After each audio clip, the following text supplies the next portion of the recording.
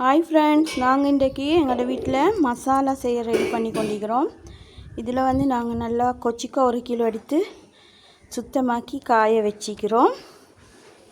அதோடு அப்படியே இங்கே கொத்தமல்லி வந்து 1 கிலோ. அதுக்கு தேவையானது வந்து பெருஞ்சீரகம் ஒரு 75 கிராம் எடுத்துக்கிறோம். பொட்டுக்கடலை 75 கிராம், சின்ன சீரகம் 50 கிராம், கருவேப்பட்டை ஏலக்காய்,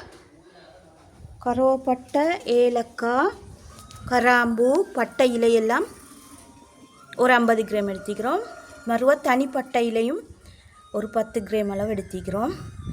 அரிசி வந்து வீட்டில் ஆக்குற நாட்டரிசி சரி அவங்களுக்கு. அதோட கருவேப்பிலையும் ரம்பையும் இதெல்லாம் நாங்கள் வறுத்து தான் ஒரு மசாலா, மல்லி மசாலா ரெடி பண்ணுவோம். அதோடு அங்கால கொச்சிக்காய்க்கு வந்து நாங்கள் கருவேப்பிலையும் சேர்த்துக்கொள்வோம்.